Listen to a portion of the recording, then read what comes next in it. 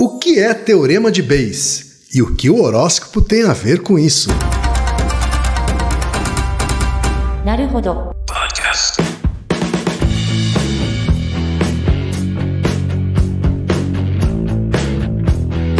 Bem-vindo ao Naruhodo, podcast para quem tem fome de aprender. Eu sou Ken Fujioka. Eu sou Altair de Souza. E hoje é dia de quê? Fúteis e úteis. E antes da gente entrar no tema, Altair, na pauta em si, aqueles 3 recadinhos rápidos da paróquia, tá? Vamos lá. Todo mundo já sabe, tá? Número 1, se você quer colaborar com a produção do Naruhodo Podcast e ajudar ele a se manter no ar, vai lá no apoia.se/Naruhodo Podcast, faça a sua colaboração, por favor. Tá? Número 2, não vai te custar nada, é só ir lá no iTunes Store e deixar 5 estrelinhas e o seu comentário. Isso. Nunca te pedimos nada. E a terceira e última também tem custo zero, tá? É só apresentar o podcast Naruhodo para uma amiga ou para um amigo que não conhece o Naruhodo. Isso. E às vezes até não conhece o podcast. A proposta do Naruhodo é exatamente essa. Como são episódios mais curtinhos, é para introduzir as pessoas à podosfera. É isso aí então, gente. Vamos para a pauta? Bora. Altair! Hoje a pergunta é nossa, hein, Altair? Vamos avaliar a probabilidade de você gostar dela. E a gente ainda vai fazer um gancho, não é, Altair? Pois é, finalmente, né? Um grande gancho.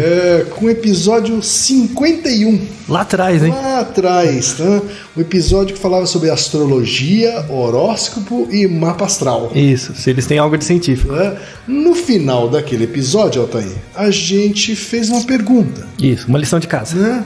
A gente colocou a seguinte questão.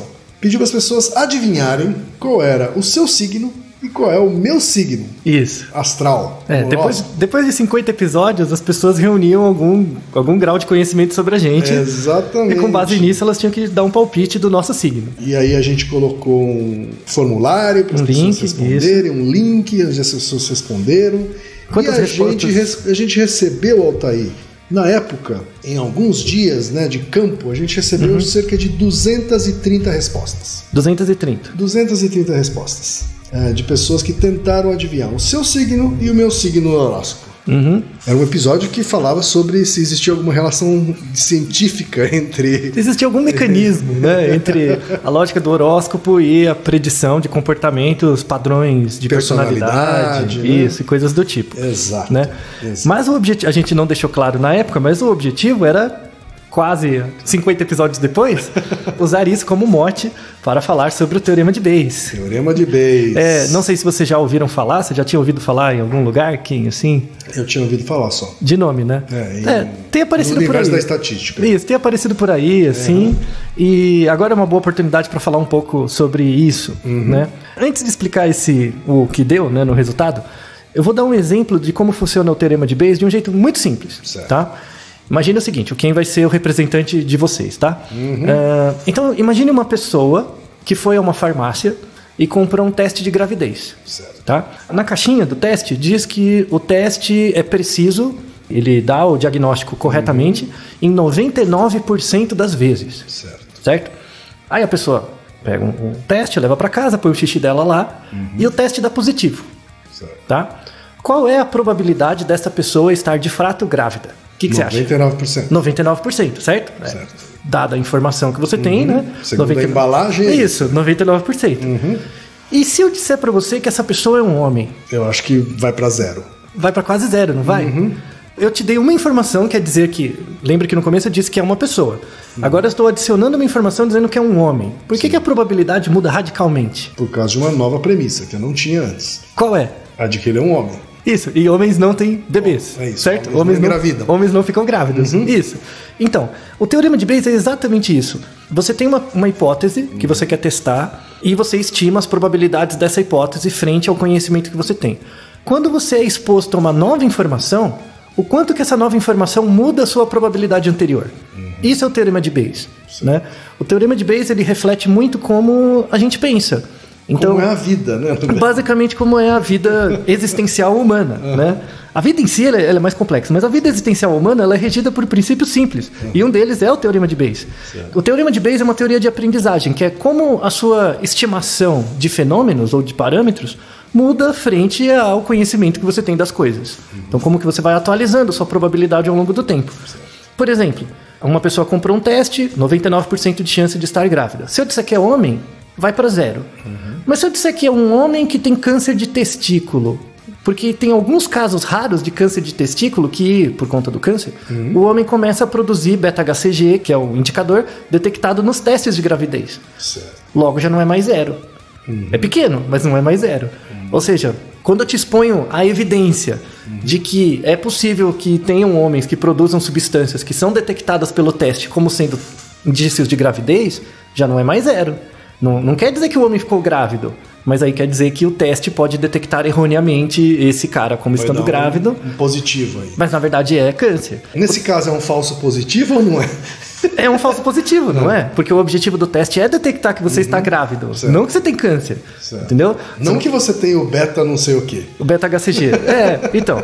Não, na verdade o homem produz. Nesse caso do câncer ele produz de forma... Mas pro caso, se o critério é a presença de beta-HCG, o positivo não é falso. Exato. Mas para a gravidez é um falso positivo. Isso, exatamente. Exatamente.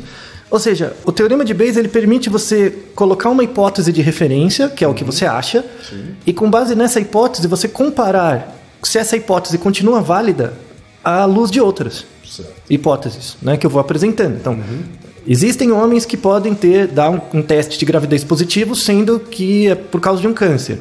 Aí a chance já não é 0.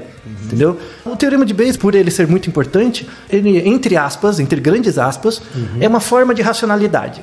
Tá? Não de racionalidade humana, assim, porque nós não funcionamos como o Teorema de Bayes.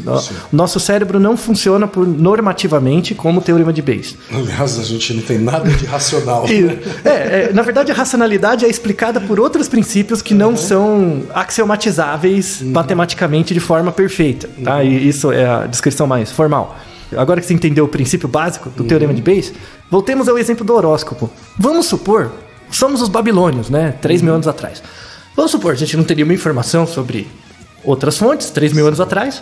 O horóscopo explica, né? Alguma coisa, vai. Né? Não tem nenhuma outra informação, então, você é uma pessoa, sei lá, se você é uma pessoa tímida, logo você é de câncer, sei lá, né? Eu coloco essa hipótese, né? Crio uma história. Uma pessoa geniosa de leão. Por exemplo, aí eu coloco essa história toda. Como eu não tenho nenhuma outra informação para refutar isso, é o que tem para hoje, né? Então você fica... É o conhecimento que você tem. Tá ótimo. Está disponível. Isso, e funciona, e tudo bem. Relembrando novamente que as questões antropológicas e históricas por trás da origem do horóscopo são sensacionais. Vale a pena você procurar. Por que os signos têm o nome que têm? Sensacional. Mas do ponto de vista de explicação de fenômenos, você pode colocar, por exemplo, vamos falsear essa hipótese? Então, vou inventar. Pessoas tímidas são de câncer, tá? Essa é a primeira hipótese. Vamos colocar uma outra coisa. Vamos fazer um experimento, né? Lembra do nosso episódio sobre o arroz. Ele integra também a ideia do Teorema de Bayes, né? Pessoas tímidas são de câncer. Vamos pensar, então... Vamos tentar refutar essa hipótese. Então, eu vou pegar pessoas tímidas que não são de câncer. Vou ver se eu encontro. Aí eu vejo que em outros signos, as proporções de pessoas tímidas são similares às proporções de pessoas com câncer tímidas. Então quer dizer que ser de câncer não discrimina você ser tímido ou não. Então minha hipótese já estava um pouco fragmentada. Vamos pensar então no sentido positivo. Eu vou procurar pessoas tímidas e ver... Aí eu pego uma grande quantidade de pessoas tímidas e conto se a maior parte delas é de câncer. Não. E aí a gente começa a ver também que a distribuição é mais ou menos... É o caso.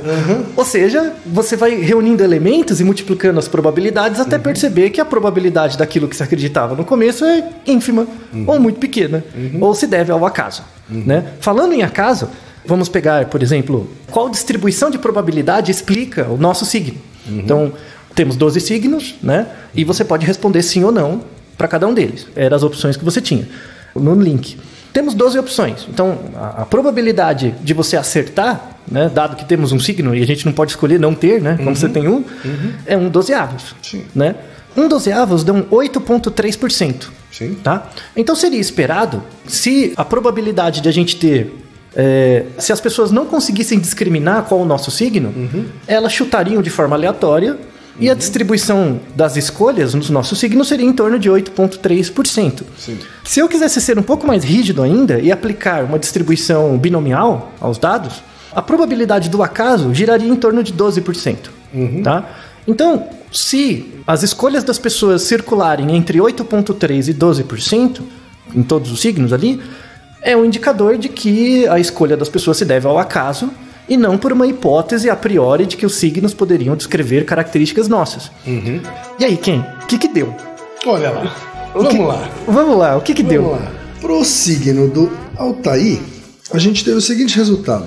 Os 3 signos mais chutados, vamos dizer assim, Que quais são? são Virgem, Aquário e Gêmeos. Tá, esses foram mais votados pra mim. Foram os mais votados pro Altair. Tá? Virgem teve 16% dos votos, Aquário 11,7% e Gêmeos 11,3%. Esses foram os 3 mais votados. Tá. Seu signo é um desses 3, Altair? Só Não. por curiosidade. Não é, né? Nenhum desses 3. Nem o signo, nem o ascendente. Então, caso eu pergunte o que é o ascendente, certo. nenhum deles. E os seus? Eu não sei qual é o meu ascendente, tá? Pra começar. Então, nunca me interessei. Mas os meus foram os seguintes. A distribuição, no meu caso, foi ainda mais homogênea. Foi mais homogêneo. Né? O mais votado foi Touro, com 12,1%. Ah, bate em cima, hein? Né? Então, assim, dentro do acaso. Né? Depois vem Libra e Capricórnio empatados com 10,8%. Ah. Ou seja, os 3 dentro do limite do acaso. Estão dentro da faixa do acaso. E o seu signo é algum deles? Nenhum desses 3. Nenhum o desses signo não é 3. nenhum desses 3. Poxa, que coisa, hein? Pra falar a verdade, o seu signo, Altair, que eu sei qual é, tá entre os menos votados no seu caso. Que droga. Então tá difícil a coisa, né, gente? Tá difícil. Tá difícil de comprovar aqui cientificamente isso aqui. Mas ao mesmo tempo, por que as pessoas continuam acreditando, né? Aí a gente entra num ponto interessante, que é... Eu vou linkar isso, né, a ideia do Teorema de Bayes, com a filosofia, com metafísica. Tá? É bem possível fazer isso. E, na verdade, não é uma teoria, mas um corpo de conceitos do Aristóteles, que ele fala o seguinte... está no Metafísica do Aristóteles, que ele fala: toda e qualquer coisa ou comportamento pode ser descrito, né, ou por meio de 4 causas. São as causas das coisas. Isso é uma explicação muito poderosa para você entender por que as pessoas tomam decisões esquisitas, né? Porque, em geral, a gente relaciona um evento a uma causa única. A gente tem isso em vários episódios, que as pessoas sempre associam: isso aconteceu por causa disso. Elas não pensam que é uma relação de coisas, elas pensam sempre que é uma coisa única. Um né? conjunto de coisas ou coisas interrelacionadas entre si. A gente tem muita dificuldade de entender associações conjuntas ou interações de fenômenos, né? Sim. Então, Aristóteles descreve que tudo pode ser descrito por 4 causas. Na verdade, nunca existe uma causa para as coisas, existem sempre 4, tá? Que são as causas materiais, as causas formais, as causas eficientes e as causas finais, tá? Mesmo os cientistas, mesmo não conhecendo a base aristotélica, os cientistas procuram buscar as 4 causas de todos os fenômenos. Tá? Vamos falar um pouquinho de cada uma, depois a gente relaciona isso com o Teorema de Bayes. Causa material. Vamos pensar numa pergunta. Por exemplo, por que as pessoas fumam? Já relacionando com o nosso cast sobre por que é tão difícil parar de fumar. Se eu te pergunto, por que as pessoas fumam? Que resposta vem na sua cabeça? Vem na cabeça... porque é gostoso. Isso. Vamos pegar essa primeira. Porque é bom. Tá? Aí é uma causa. Tá? Eu posso te perguntar N causas. Você pode me dar uma lista de causas. Tá? Pode ser, por exemplo, supondo que a gente não tem nenhuma informação, pode ser porque os ETs abduzem as pessoas para elas fumarem. Numa situação de desconhecimento, isso é uma causa possível. Né? Então você pode fazer uma lista enorme de causas. Depois você vai tentar ver quais dessas causas encaixam nesses 4 níveis. Tá? Por exemplo, as pessoas fumam porque elas gostam. Isso é uma causa eficiente. Diz respeito com a eficiência de fumar. Com a eficiência do comportamento visível. Tá? Mas será que ela é uma causa mesmo? Será que as pessoas gostam mesmo? Não, então, você está dizendo, as pessoas fumam... outro jeito de responder, por exemplo, porque vicia. Então, isso é uma outra causa. Né? Mas também é eficiente. Então, por exemplo, eu posso chegar e... por que uma pessoa fuma? Imagine, eu não fumo. Por que uma pessoa fuma? Porque ela gosta. Será que ela gosta mesmo? Né? Como que você faz para descobrir? Aí você vai perguntar para as pessoas, você vai fazer experimentos, trabalhos, coletar informações para tentar validar essa hipótese. Será que as pessoas gostam mesmo? Aí eu faço uma enquete e vejo que as pessoas gostam. Tá, mas por que elas gostam? E aí você tem que ir para outros níveis de estudo. Então, por exemplo, as pessoas fumam porque elas gostam é uma causa eficiente. Isso é relacionado com o vício. Mas o que é o vício? Aí você vai na causa material e formal.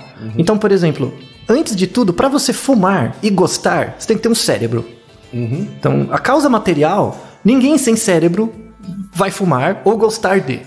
Tá? Então, as causas materiais são condições físicas para que o comportamento aconteça. Físicas. Você tem que ter um cérebro e esse cérebro tem que funcionar. Tá? Não existe vício em cigarro sem cérebro. Primeira coisa. Causa material.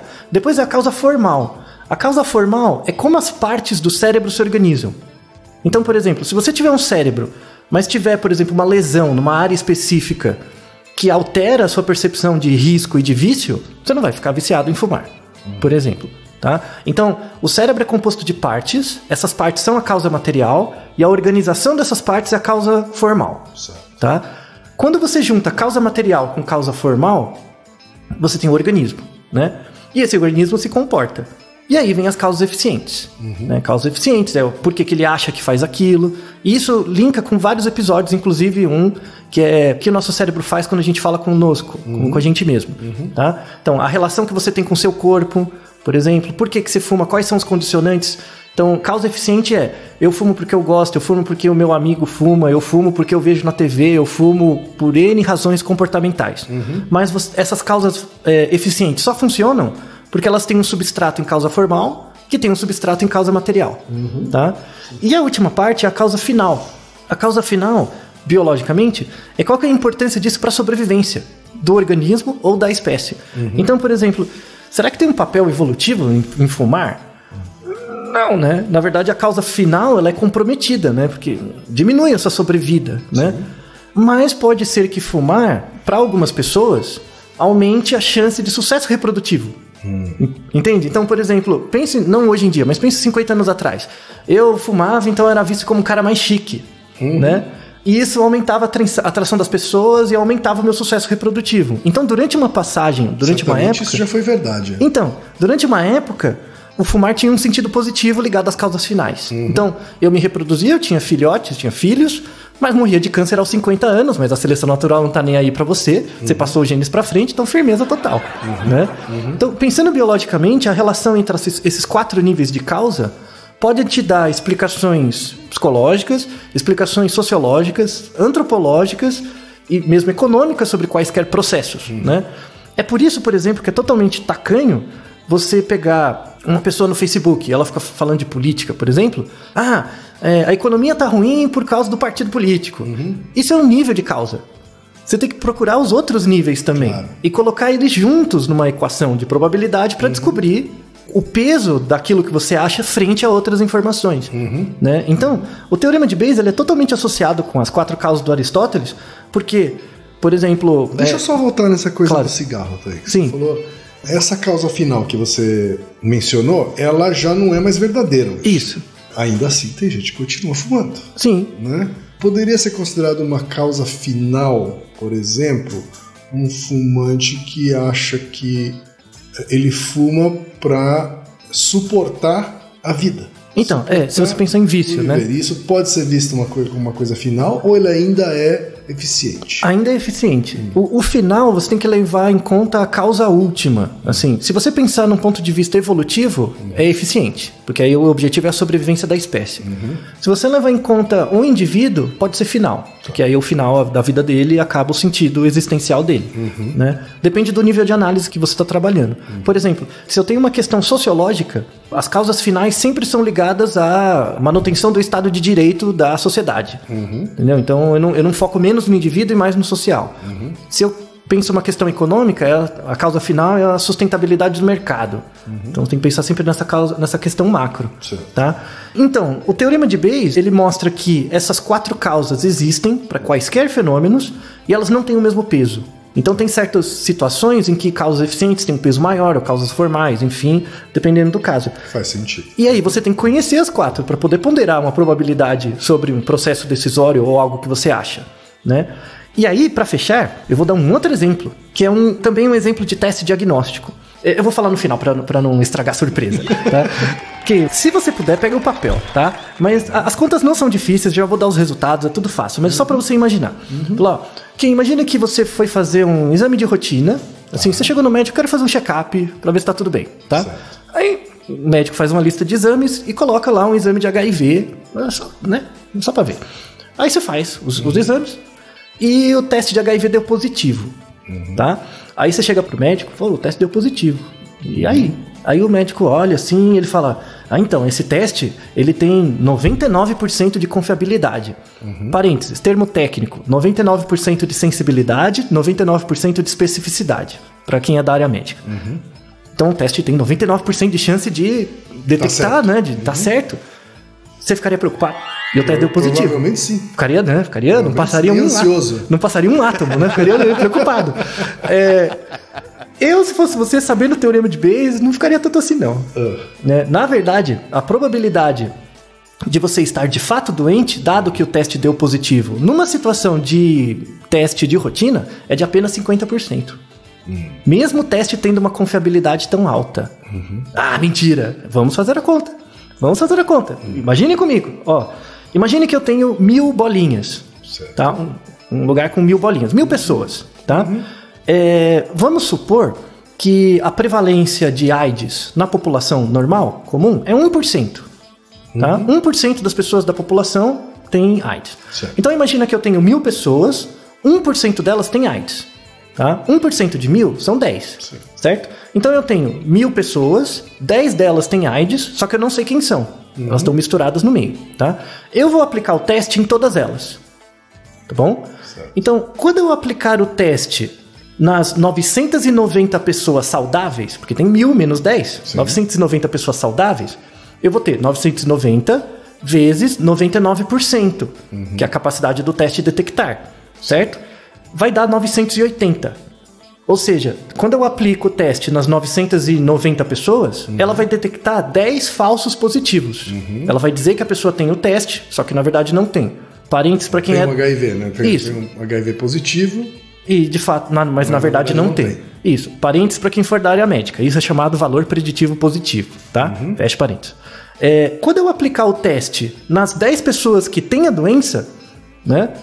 Vai detectar que a pessoa tem a doença, porque 10 vezes 99% vai dar 0,1%, que é muito menos que uma pessoa, tá? Então, provavelmente, o que vai acontecer na prática?